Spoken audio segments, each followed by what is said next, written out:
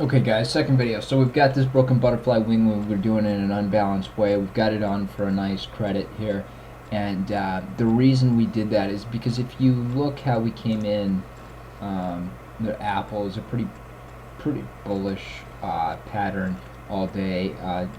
The Qs were running, Apple was running. It was a gap and go formation, but you knew it was just a question of when the buyers were going to get exhausted. And a lot of people were wrong for 2-3 hours here in the morning.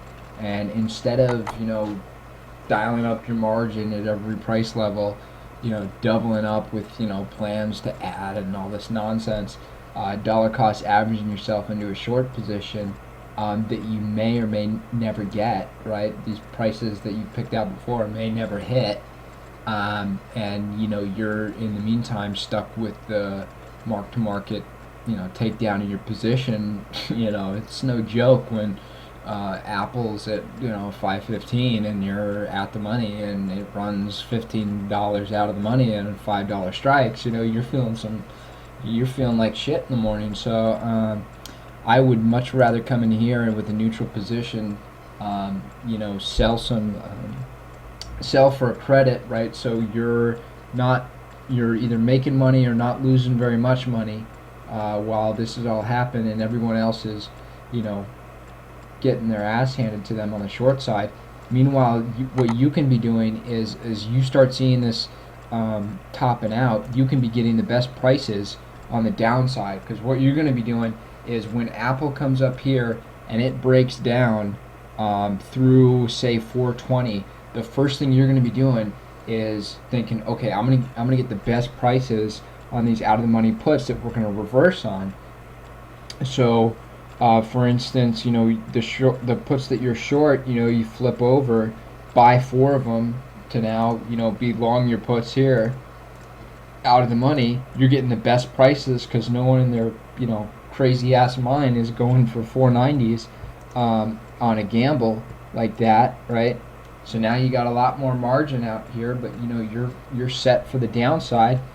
And then when it gets closer, right, because you're short the body here, right when you get to that max, right at 505, right when you're right on the body, if you want to get more short, just reverse, just close this out, right, just bam, take it out.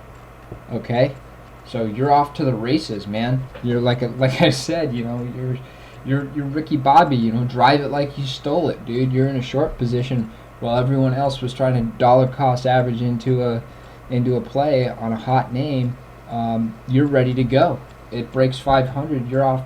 You're screaming to the races, and if it bounces its support, trade it like stock from there. But instead of throwing a whole bunch of margin out, you brought in for a credit. You waited for the move to come to you, and you got the best prices on all of this out of the money premium, while everyone else is trying to flip out of their stock or their directionals, and you're on the other side.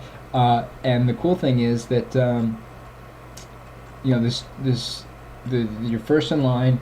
You're not putting out a whole lot of margin out on this trade at any time, and I mean you're the quickest to the ball in this situation, and you're going to be successful if you start trading this way instead of just dollar costing averaging into things and maybe getting a price, maybe not.